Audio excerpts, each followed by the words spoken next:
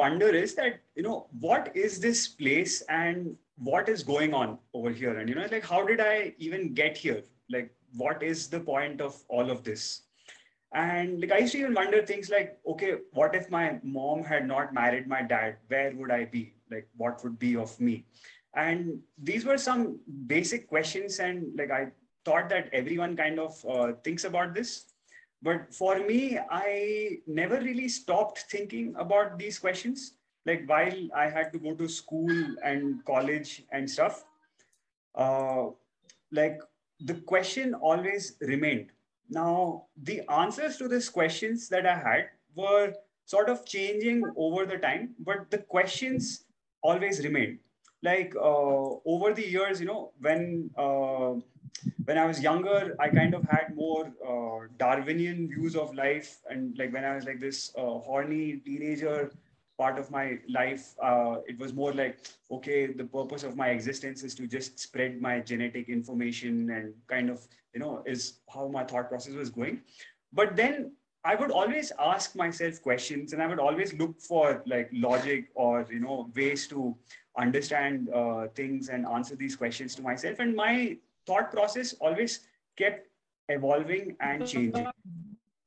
बहुत है, आप power देते हैं.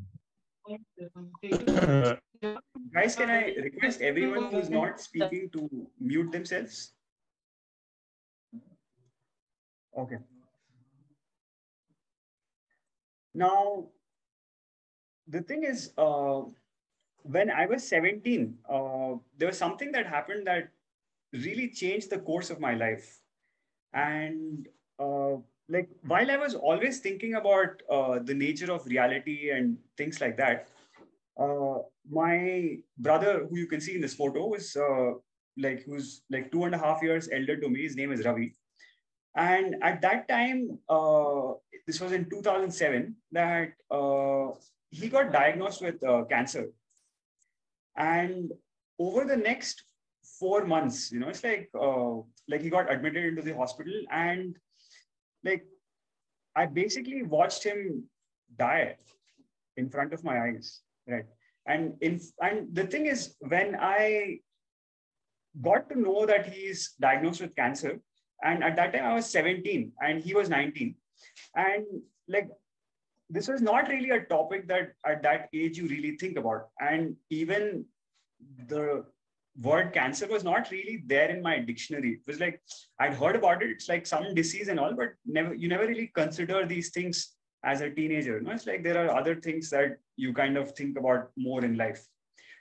But so which is where, even when he did get diagnosed, like in my head, I was never really thinking of it as a big deal. Like I only thought that, okay, cool, man, like my brother got some disease. It's seems like a big disease, but he's a big guy, strong fellow. He'll be fine. Maybe he's going to be in hospital for a few months and then it'll be all okay, is sort of what I thought.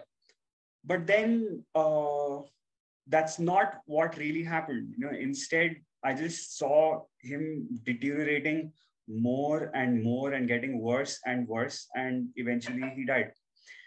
And this was something that like completely changed the trajectory of my life, because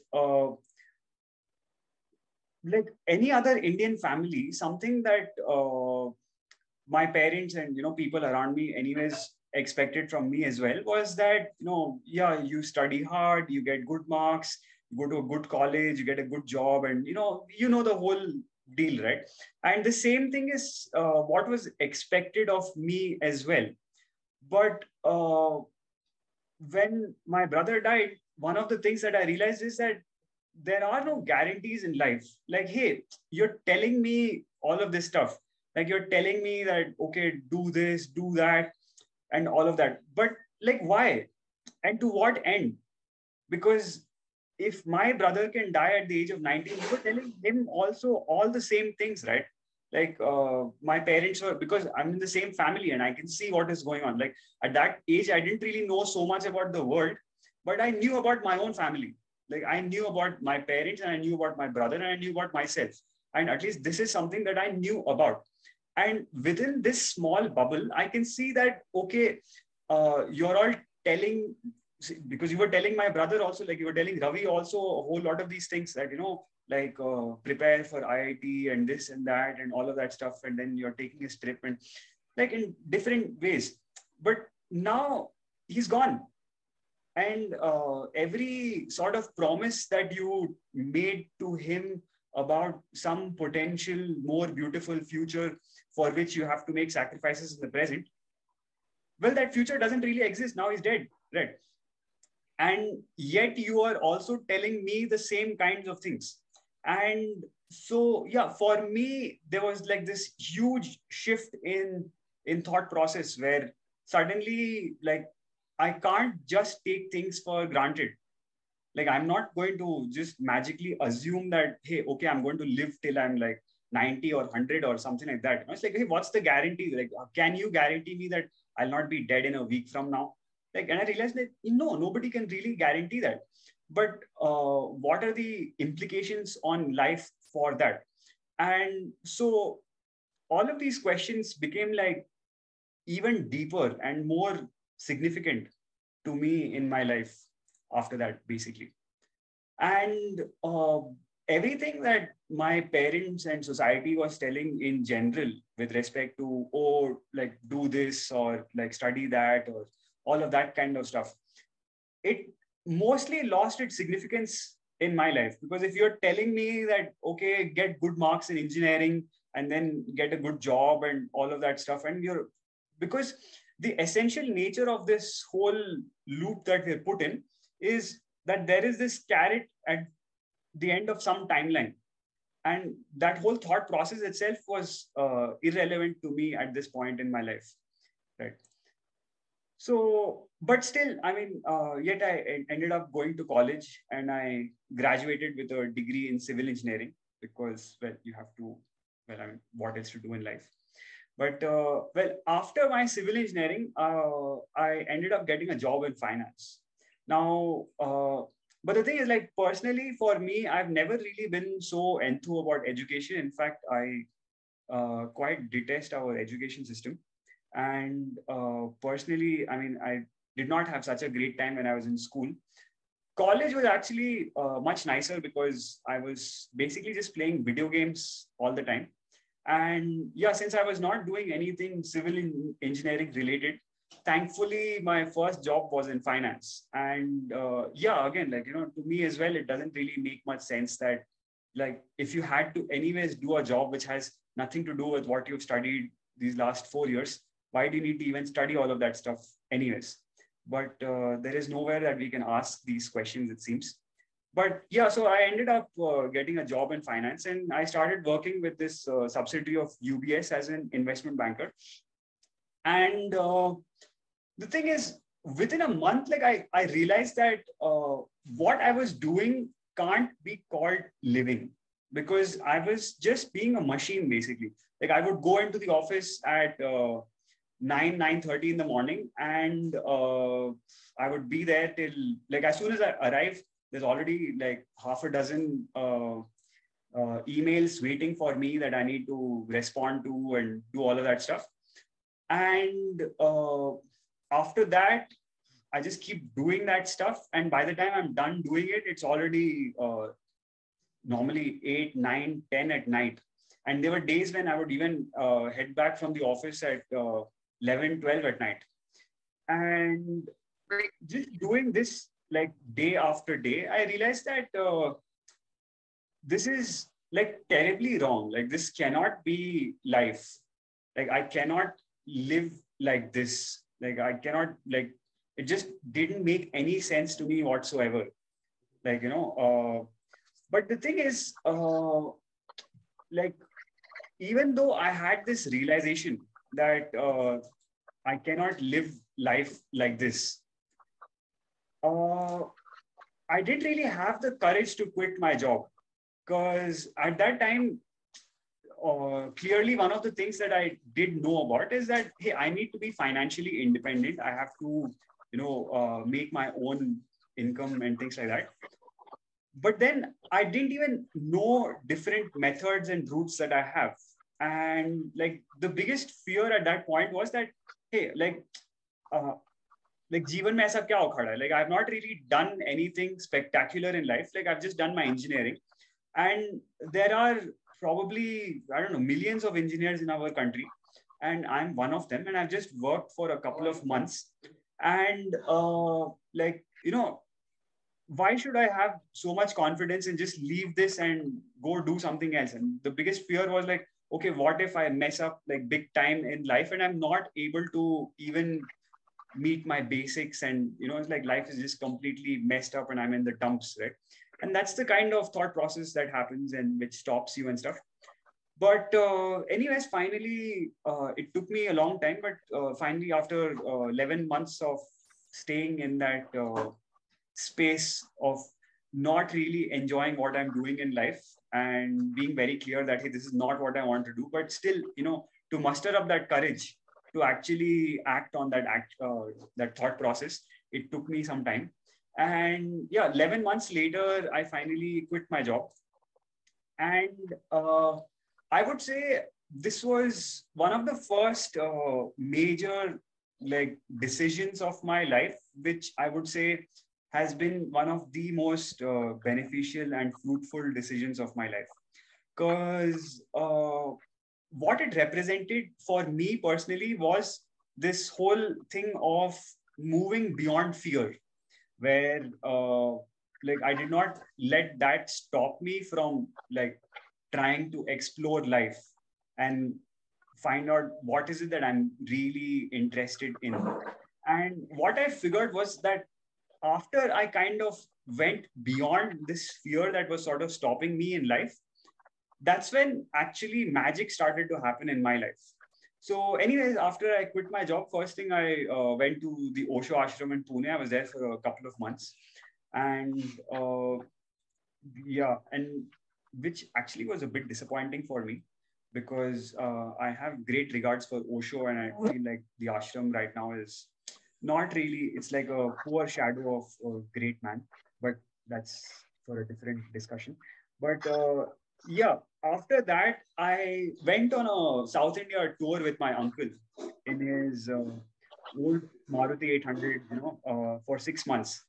And it was like very, very simple stuff. It was just ultra low budget travel. Like we had basically modified his old Maruti 800 by removing the back seat and putting a plywood instead.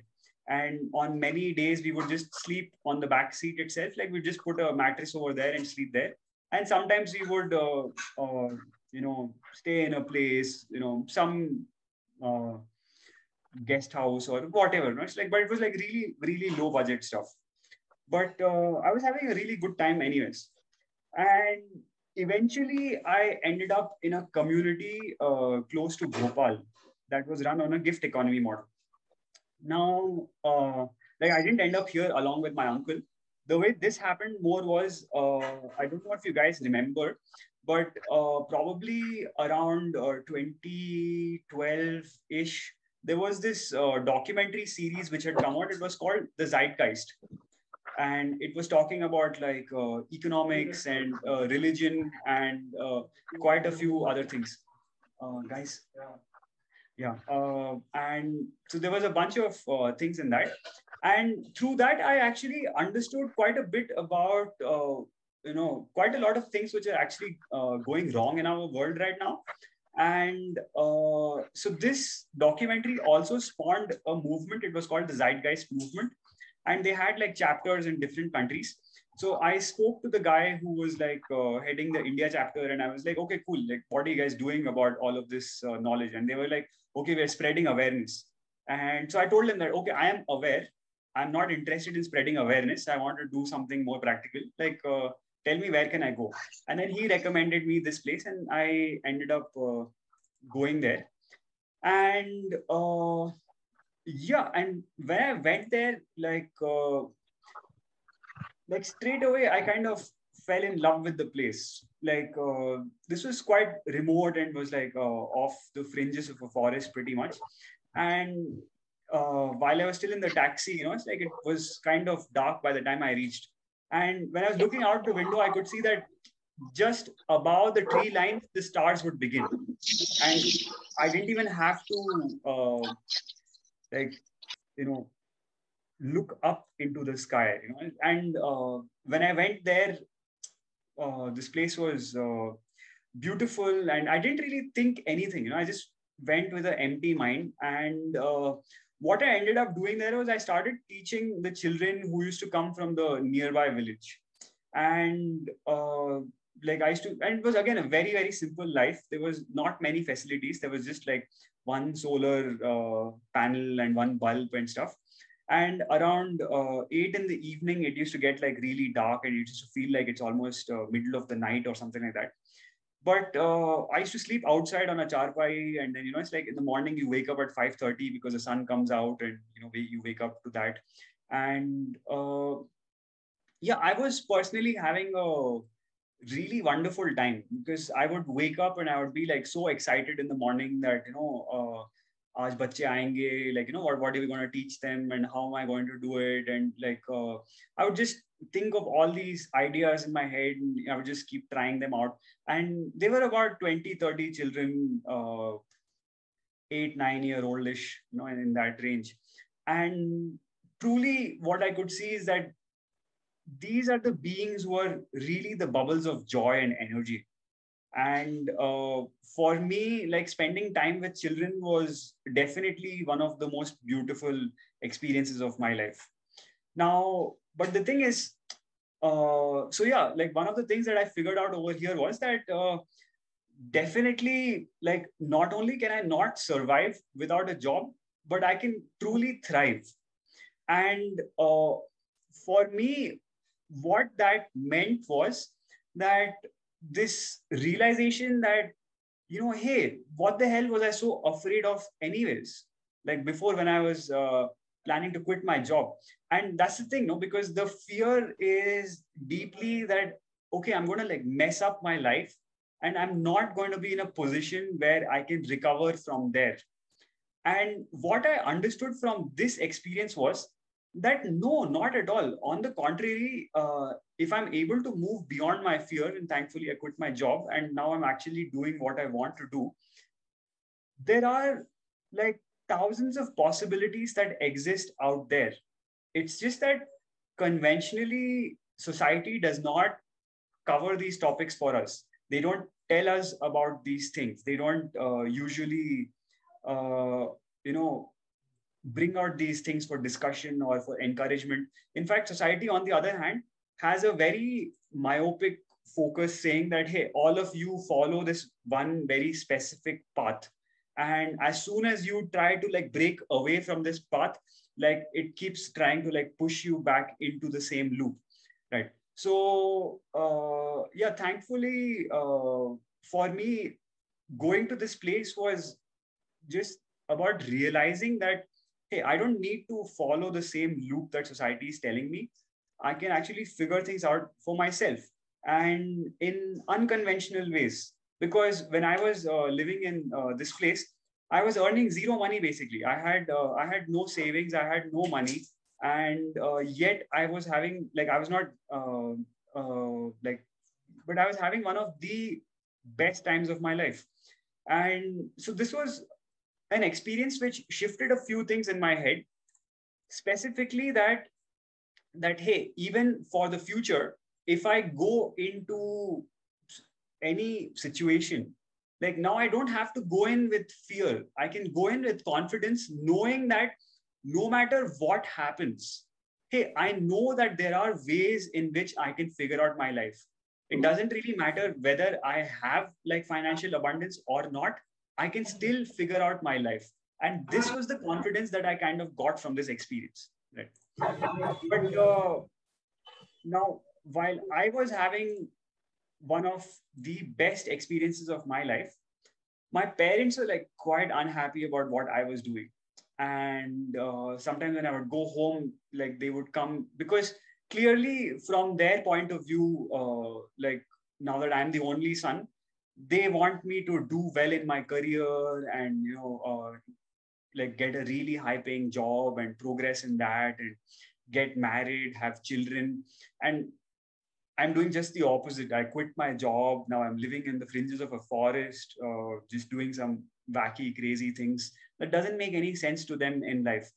And yeah, to me, I was thinking that, hey, what the hell? It's like when I'm having a horrible time, if I'm stuck in a job doing things that I detest, then you're like, okay, cool. But now if I'm telling you explicitly that I'm having a wonderful time, you are unhappy with that. So, but still, like, there was like a whole lot of like emo, senti, lot of things going on at home. And finally, I did end up going back into the corporate world. So from living in the fringes of a forest close to Bhopal, I ended up going to MDI to do my MBA. And after that, I ended up getting a job with Pepsi, where basically I was selling yeah, sugared water to people on the planet, and spreading more plastic and things like that. And yeah, but clearly, like, while I was with Pepsi, I was there for like almost a year. So most of that was actually just management training program. So it was mostly fine. I didn't really have to do anything as such. But yeah, as soon as they put me in a role, I realized that, oh my God, this is horrible, and I don't have any intention of doing this. But and then I quit Pepsi. But the thing is, like, quitting Pepsi was like a very, very easy decision for me, because as I said, having lived in Barkheda, I had realized that, hey, I can like figure out my life.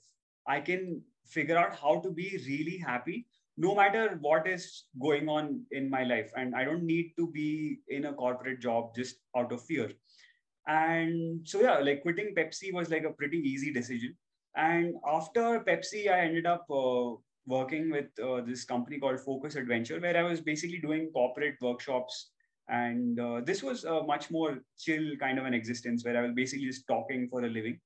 And eventually, I moved to Goa when I was with Focus, because I was like living in Gurgaon at that time, and I wondered to myself that why am I here? This is not such a great place to be in.